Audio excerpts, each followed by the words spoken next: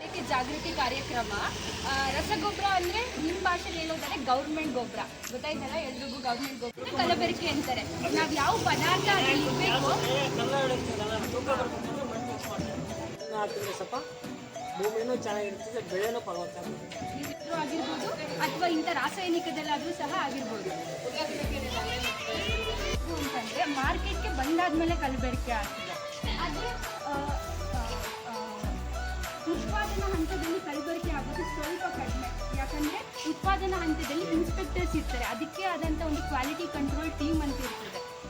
ಹಿಂಗೆ ಅವರು ಪ್ರತಿ ಒಂದು ಮೂಟೆನೂ ಸಹ ಅಥವಾ ಒಂದು ಲಾಟ್ ಅಂತ ಕರಿಬೋದು, ಆ ಲಾಟ್ನ ಚೆಕ್ ಮಾಡ್ತಾರೆ. ಮತ್ತು ಇನ್ನೊಂದು ದುರಾಸೆ, ಎಲ್ರಿಗೂ ಗೊತ್ತು ಮನುಷ್ಯ ಯಾವತ್ತೂ ದುಡ್ಡು ಮಾಡಬೇಕು ಅಂತಲೇ ಆಸೆ ಪಡೋದು. ಆ ದುರಾಸೆಯಿಂದಲೂ ಸಹ ಕಲಬೆರಕೆ ಮಾಡ್ತಾರೆ. ದುಡ್ಡು ಹಾಕಿ ಮೂಲೆಗಳಿಗೆಲ್ಲ ದುಡ್ಡು ಖರ್ಚು ಮಾಡ್ತೀವಿ.